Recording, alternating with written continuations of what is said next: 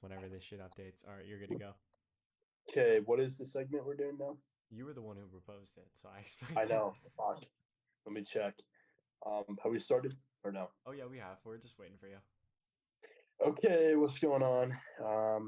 The next segment. Oh, I like this one. The segment that we're going to be talking about for the final one of the night is going to be how to build a championship football team and what is a modern 2023 championship football team look like. Um, Austin, you want to start us off? I would love to, Jason. So Good. I feel like we've tagged on to two large factors in why these teams had a lot of success, and it's having a good coach, a top five coach. So notable coaches to come to mind: Andy Reid, Kyle Shanahan. You could say, I mean, I don't want to sit here and say that Zach Taylor is that high yet. He's a good coach. But He is, yeah. but I don't know if he's necessarily top five yet. No. Top 10, Um, probably. we're definitely not including Mike McCarthy in that either. Brian Dable, he's definitely going to be a top five coach. If not, he already is. Um, who else is definitely a top five coach? Doug Peterson might be fifth, if not maybe just outside of it. Really? But of those coaches, you need somebody of high caliber coaching your team. It's desperately needed in this league to have innovation and somebody who can truly lead a team. And then an elite quarterback. Like again, I felt like most of the guys we were talking about. I mean, we might sit here and say Jalen Hurts here might be a fluke, but he played at an elite caliber this year. Patrick Mahomes played at an elite caliber. Um, Joe Burrow played at an elite caliber. All these guys, and I mean, you could make Brock played well, but he might be systematic. But nonetheless, these guys played at a high standard, and I feel like that's definitely stuff you need. So those are two extremely important key factors. And then, I mean, we could talk about more, but I'll let you guys kind of dive into what you guys think is very important. You want me to take it? Yeah, go Okay. ahead, Jason. Um, so I think the obvious one is you have to have an elite quarterback, or you have to have a. I think, God, it's going up every year. I want to say at least like a top 7, 8 quarterback to win a Super Bowl. I think the last few years it might be missing one, but the probably the worst quarterback that has won the Super Bowl was Matthew Stafford, and he played like a top 7, 8, 6, 7, 8 quarterback last year. So that's not a knock on Matthew Stafford, but that's just what it takes to win a Super Bowl these days. And if you have an elite quarterback, drafting them, trading for one, free agency, which almost never happens, you have to maximize the window that you have when you get a guy like that, and you have to surround them with weapons. You have to get a run game going, um, build up the O line, and I think you just have to have a defense that is not terrible. Like you have to have a an elite offense, elite quarterback, and a top half defense. And I think that's like the formula to win a Super Bowl. I disagree a little bit on the defense. I feel like if you look at the teams that have won the Super Bowl, not just been to the Super Bowl, but won the Super Bowl in the past, 5, 10 years, however long you want to do, is I don't think there's many that are out of the top six in defense. They Kansas say City, defense. probably. No, Kansas City has a really good defense this year. Are you saying about And No, they're 2018, not top 2019? six. They're not top six. That's what I'm saying. look that up. I'll look it up right But now. anyways, defense wins championships. That's what they've always said, and I believe that's true. I think you really got to have a good defense throughout the regular season. Doesn't seem to matter as much, but whenever playoff time comes around, that's when defenses show up, and that's when they really start to play their best ball. And you can't get to a championship if the other team's scoring 20, 30 points. You really can't. And so I think defense is still really undervalued in this game or in the NFL. And you need a good DC as well as a good head coach and quarterback, Okay. like you guys were talking, like Dan Quinn. Like I think he's one of my favorite DCs in the league. I think that like he on a team like the Chargers or something like that, I think they'd be substantially better with a guy like Dan Quinn at DC. Um, but I mean, you need good players at every position on the field, and that includes coaching, that includes general manager, staff, everything. You got to have a front office that's going to go out there and bring in talent. I mean, me and Jason are Packers fans. We know that how it feels to come up short every year, and we feel like it's because our front office never does anything. They are just so quiet in free agency. When they had the elite quarterback already. Right. And good enough coaching, good enough defense, we feel like, but they just don't surround the weapons or surround Aaron with weapons. And I mean, there's no teams that are going to Super Bowl this year that don't have at least a top 5. Well, I guess Philadelphia, or not Philadelphia. KC doesn't really have a top 5 receiver, but they have Travis Kelce, and he's honestly, if he was a receiver, it seems like, he would be like a top 3, top 5 guy. But despite that, I mean, you gotta have weapons. The run game isn't as important in today's league as it was 10, 15, 20 years ago, but it's definitely still very important. But I think you need 2 good wide receivers, an elite quarterback, an elite coach, and a top 5 defense, and that's how you win a Super Bowl. Hey, Josh, to kind of piggyback off what you're saying, just because you brought up some points that I thought were interesting. So I agree and I disagree, because I think you look at, like, when I think of the elite teams of the NFL, I think of Buffalo, Kansas City, Cincinnati, San Fran, and probably Philadelphia. And 2 of those teams, I would say, one has an elite defense, one has a good defense, and then the other 3, Buffalo's iffy, but Cincinnati and Kansas City, I feel like, are above average. But I still, just looking at how all 5 of those rosters are constructed, I mean, out of all 5 of them, I would probably take Cincinnati's roster or Kansas City. And I just think you can't have it all. You can't have the elite quarterback and an elite defense and all the weapons unless you're Tom Brady. But that's a whole nother discussion we're not going to get into, because Josh and I will get very mad at Cade and Austin. That happened last week. But anyways, you have to pick, and you can't have it all. So I would take, just keeping it realistic, I would take an elite quarterback and coach and weapons, and having a top 14 defense, but have maybe a top 2 or 3 offense, over having maybe a top 3 defense and a top 16 offense. I just think offense is more valuable in this day of age. And I think that the whole defense win championships is a bit outdated. It matters, but you've seen how that worked. You've seen how that's worked out for the Packers, though. It's different. What if they had a top 14 defense? Because if they had a top 14 defense, we had a top 4 defense in 2020. In 2020, where we let up 31 2021, it was not far out of that. But 2021, yes, but we didn't have the offense, and look what happened. We scored 10 points. We scored 10 points. Well, yeah, but that was against that really good defense. Anyways, I don't know, man. I mean, like I said, what did you see what KC's defense was ranked in, like, yards per game or game?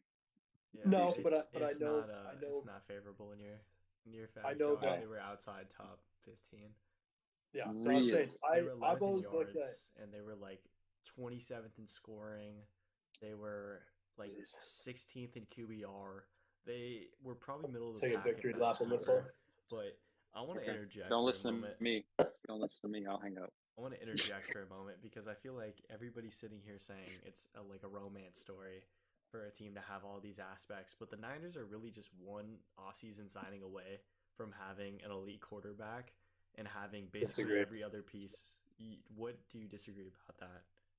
They have every single piece, but I think you need to put more of a emphasis on one signing away, because it is a big position to fill. That is, you don't just find elite quarterbacks under a rock. So and I know you. I know you want to say Tom Brady. Yeah. That's like a 1 or 2 year rental. We're talking about long term. You don't just find elite quarterbacks like that. There's only 3 to 5 in the entire NFL. You don't just find them. You're not going to find Aaron Rodgers or Mahomes in any draft. I completely agree, but that's not the point you made. What you said is you won't find that team next year, and that's where I disagree, because Tom Brady, you literally made this point. You said You don't find perfect teams unless you're Tom Brady. And what is Tom Brady going to do this offseason? He's going to find that perfect team. And where is that perfect team? San Fran is a perfect landing spot for that dude. They're going to protect that man for his life. They're going to have all the assets he needs. He is Christian.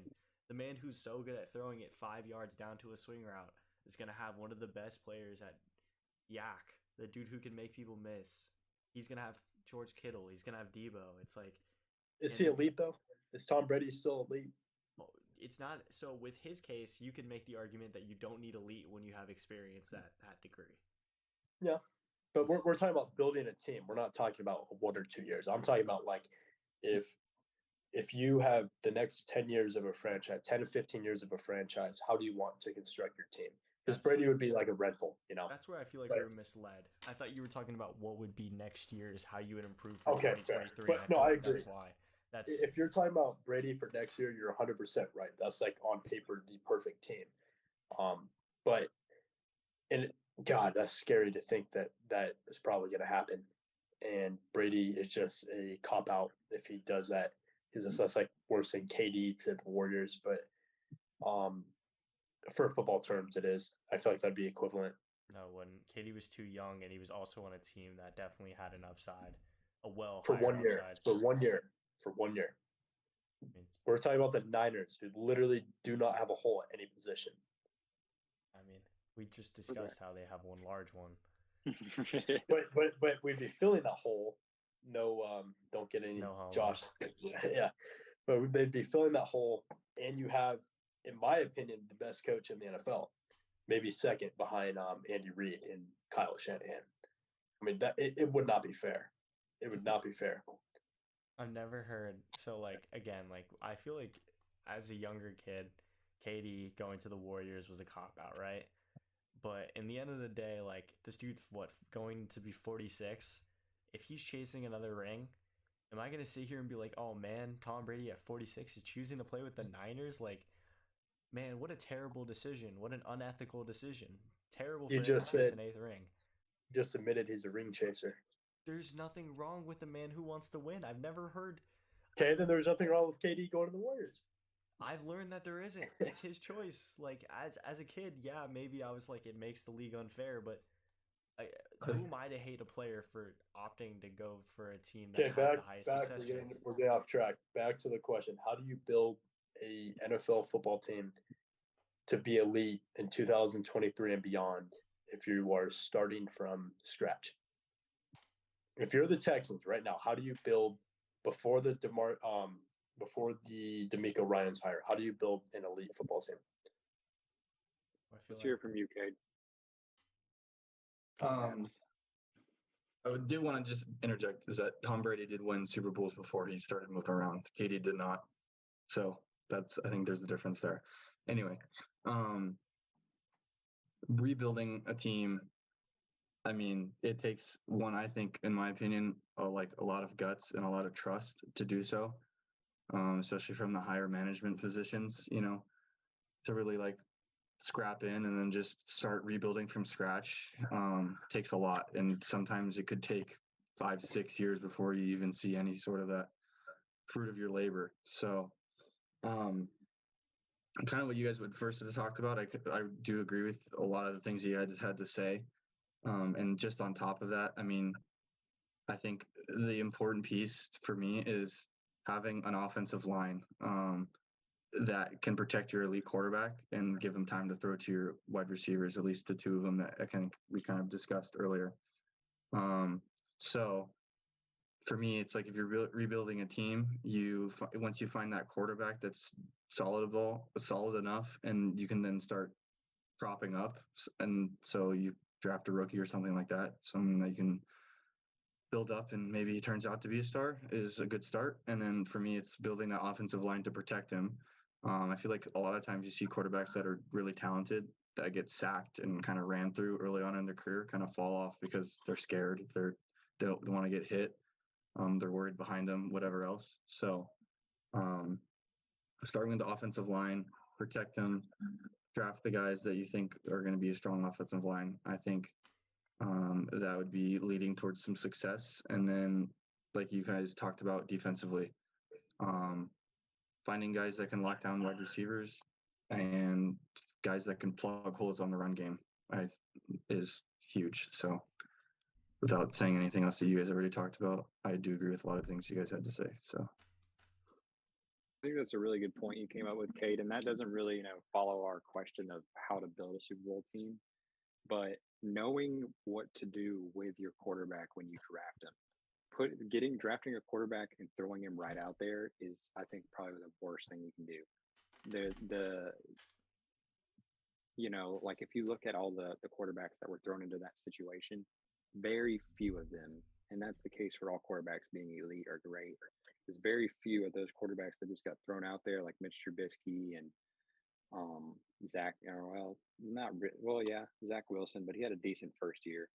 But it hurts him. I mean, the jump from college to NFL is a lot bigger than what a lot of people think. And I heard somebody talking about that, a rookie from this year talking about just how big the difference. I think it was Quay Walker or Devontae Wyatt, someone on the Packers, talking about how big the leap from college to NFL was. And I can't imagine it'd only be bigger as a quarterback and having to learn that playbook, learning a new playbook, much less an NFL caliber playbook. I think it's probably one of the worst things you can do. And if you can be in a position to where you don't have to do that, and you can do what the Packers did with Aaron Rodgers, and you can do what the Chiefs did with Patrick Mahomes, then I think your success rate is going to be a lot higher. Yeah, I think Derrick Henry was someone I saw last week talking about the difference between a running back in college. Yeah, it's a huge leap. It's like you hear like the statistics where like out of high school, a certain amount of players, it's like a ridiculous percentage, goes from, I don't know, 100% of those high school players, only 3% of them make it to college. And then out of the 3% that did make it to college, out of that 100% in college, only 2% make it to the league in almost any sport in a way. It's like, you just keep whittling it down to the best of the best. You're going to take some significant jumps in talent, ability, and whatever else. So if we're talking about how to build up the defense of a team, where do you guys start? Do you like edge? Do you like corner? Interior D line, linebacker, back end on the safety? What do you guys like? I like corners. Corners? Josh, what do you say? I say quarterback, QB. I think you build your team around. I think you build your team around your leader and your Okay, Josh. What type of defensive scheme are you guys running over there? Wait, are you talking? I thought you said just starting a team. No. I said if you are building up the defense, where do you start? Yeah. Like Kate said, corner. Oh, my bad. No, you're good. Yeah, sorry about that. I'd probably go edge. I'd probably go edge or like a middle linebacker. Once again, someone that kind of is a captain and commands the team. Yeah, I think that's important to build around. I don't think you can go wrong. Okay. I don't think you can go wrong in any spot. But go ahead, Austin. I like to think when you're drafting. So it depends on like if we're building this team from scratch or if we're building this team with like a pre-existing team. Scratch. If we're building from scratch, I'd rather have a young kid come in and be a captain. But if we're building from a team that's already there, I want a captain to already be in the system, and we draft like the most talented player we can get, because talent drives more talent, and talent drives competition. And I think if you have a guy who's like Micah Parsons is a perfect example of a guy who's just like a dog, and he basically demands that same effort from the rest of his team. And I feel like we see the same thing with Sauce Gardner, a little bit with PS2. These guys are just like Fred Warner. Yeah, I mean Fred Warner's been in the league for what, 3-4 years now? No, longer than that. He's like 28. Is he 28? Yeah, he came out of the draft. Let me look up. I knew he was a 5th round. 26. Okay, never mind. I'm wrong. 26. I feel like, God, the dude looks like such a veteran to me. Yeah, he came out of the draft with Jair and Minka and Derwin. So he's 5th year, 6th year? 2018, yeah. Okay. So I'm just saying, like, I would prefer like a young kid who has like the ability to, I mean, it's like it's a leadership ability without being a captain. If you have the ability to lead through actions, that's where I feel like is the most crucial thing, because if you can get a group of guys and just be like, this is the effort I demand from you guys because this is the effort I'm willing to give, I feel like you see teams kind of circle around that kind of leadership. And I feel like anybody who can radiate that kind of energy is going to be a great captain and a great leader for a team. So, I mean, yeah. Whoever offers that. I'm taking edge or a corner personally. I just don't think that the interior D line or middle linebacker or safety have the same value, especially middle linebacker. I think is kind of I don't want to say outdated position because it's not like fullback. It still has value. It's just a lot harder to find those elite middle linebackers, and a lot of the modern day schemes don't really value middle linebacker. Kind of like the Fangio scheme, which like half the teams in the NFL are running. The middle linebacker does not matter much. They're very protected, and they don't have a lot of responsibilities. It's more just like cleanup duty.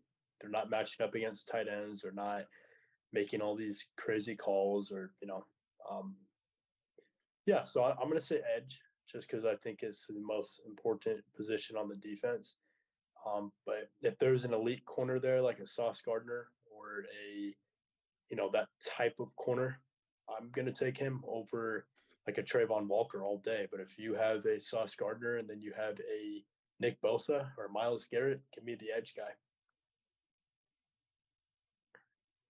Yeah, you're right though. As far as middle linebacker is just not what it used to be.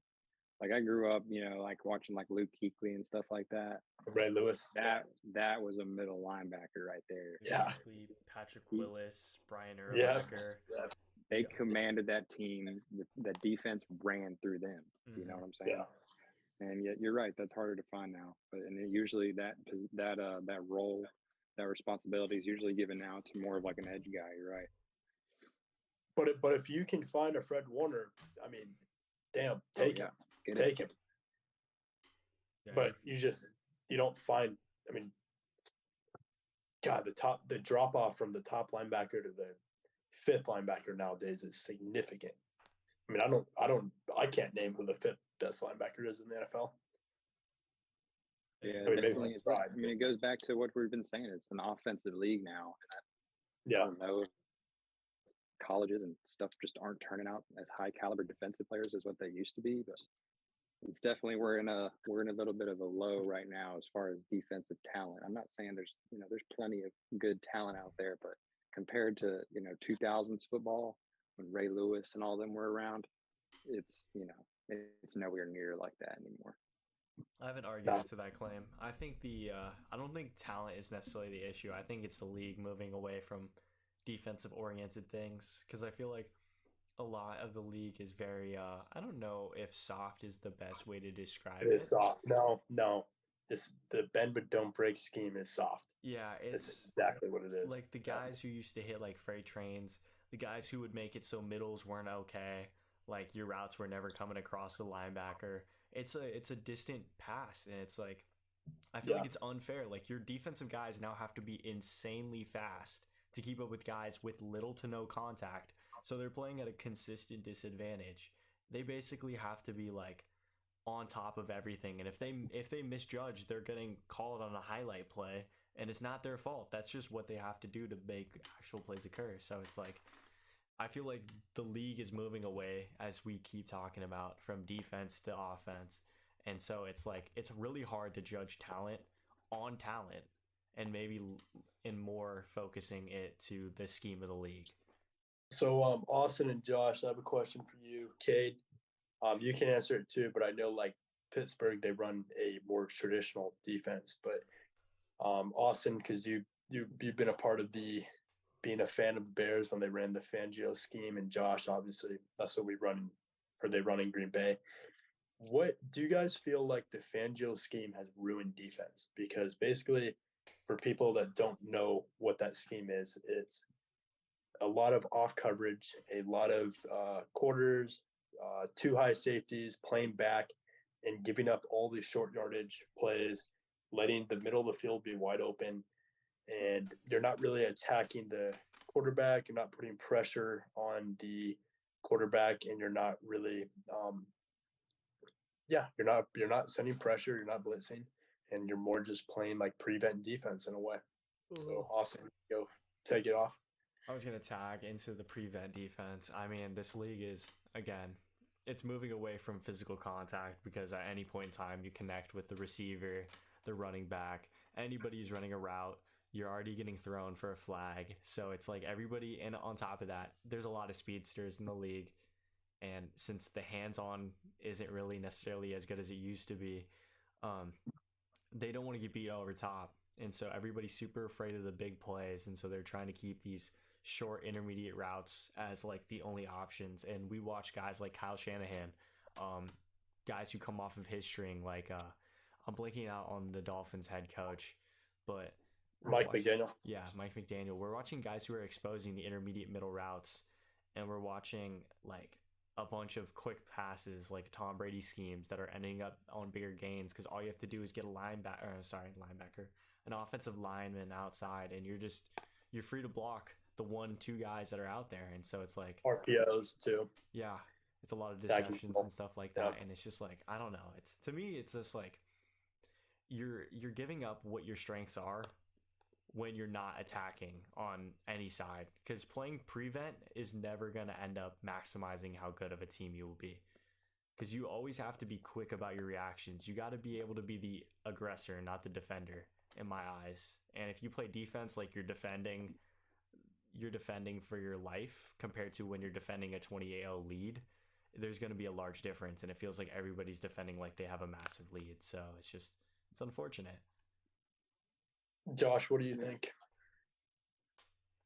I think a large part of the reason they started doing it is because of how fast these kids started getting. Kansas City, actually. And exactly. Yeah, they started seeing Tyreek Hill and stuff like that, and they're like, well, you don't really have any option, because if you do play man and you do play on the ball, it's gonna be a flag fest.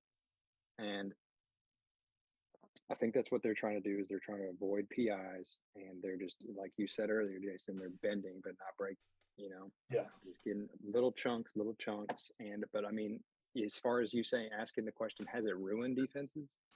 I mean, the proof's in the pudding. Those defenses that run that scheme, I mean, none of them are in the Super Bowl this year. They're not doing anything great. So I think that, it kind of has ruined defenses, but I see the logic behind why people are doing it. But definitely time for a change, because, like I said, no one's winning under that. No one's winning real meaningful football under that scheme. So, Cade, anything?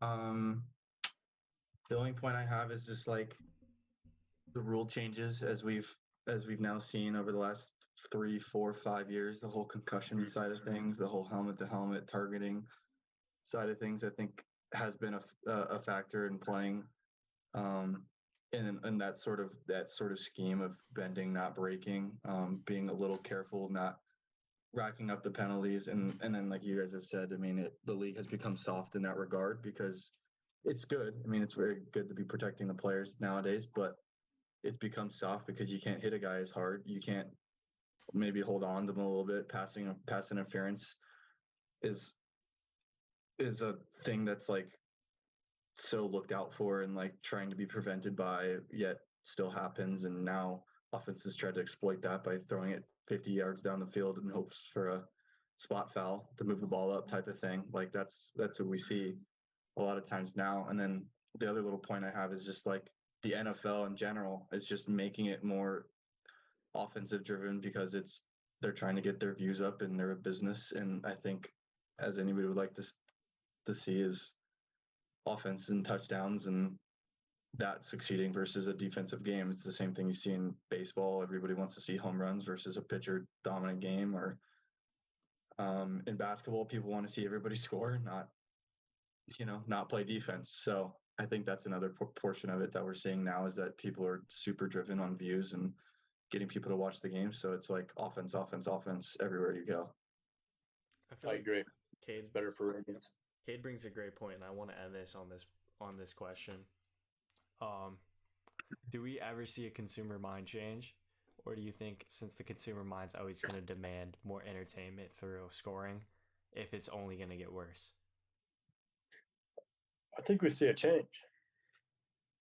Well, I think that's a bold take. What do you say that? I don't think so. I think the NFL goes through cycles, and a lot of different schemes they come and go.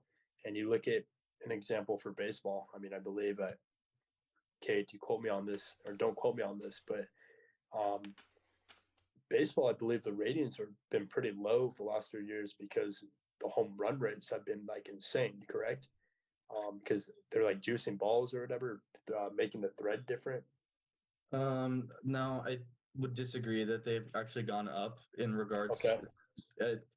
They have increased viewership by allowing the Home runs.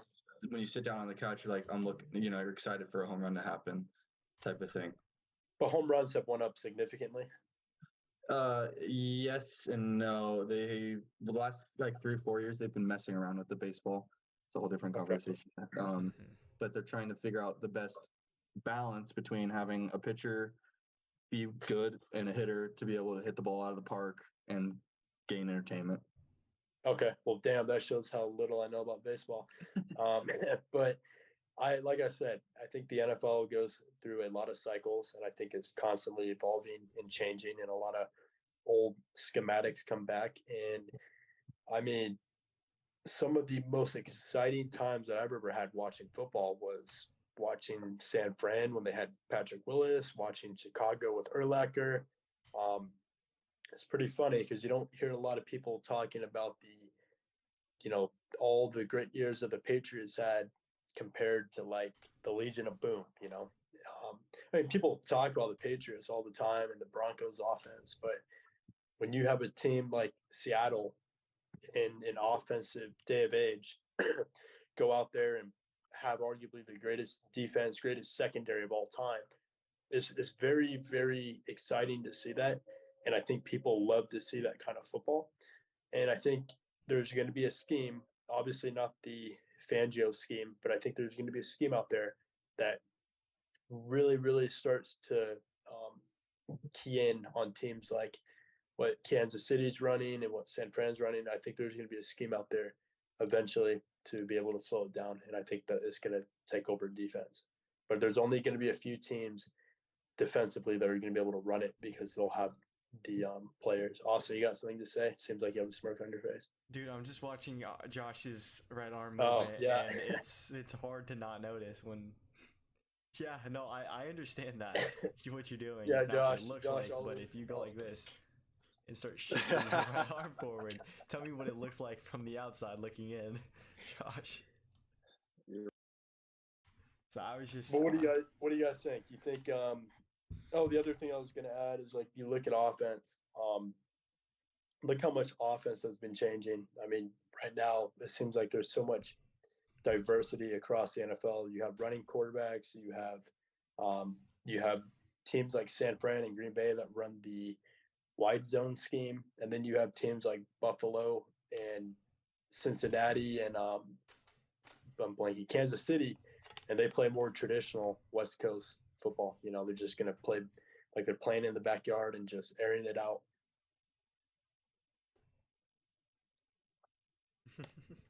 Well, with that being said, it was a quality pod. Hold on. You didn't let anybody else answer the question. Well, that's because nobody said a word. So. Come on, Josh, you're up.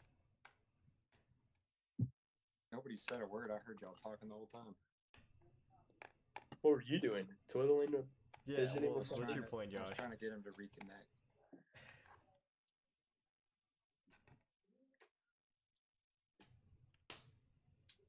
We're waiting on you. Y'all are so concerned about what I'm doing under my desk. No, we aren't, bro. We just want you to talk now. Oh, sorry. I was messing with these though, so I didn't hear. All right, Kate, you got anything to say? Or? No, I think Jason's got an interesting point, and then I think maybe that you just see it to get to the extreme at some point, and then changes are made where it's like, Jesus, it's all about offense, whatever, and then changes happen. Like Jason said, I think it's at least probable, or at least Smart to say that there might be somebody that comes up with a way to beat the offensive onslaught that's happening right now. Oh, Are we done? I gotta get going. I bet I gotta go to dinner. All right. No, we can sign out. Yeah. We appreciate everybody who came to stop in. It was a good pod, boys, and I'll see you guys next Tuesday. Anybody want to wrap this up? No, we're Next Tuesday. Cool. Thanks for tuning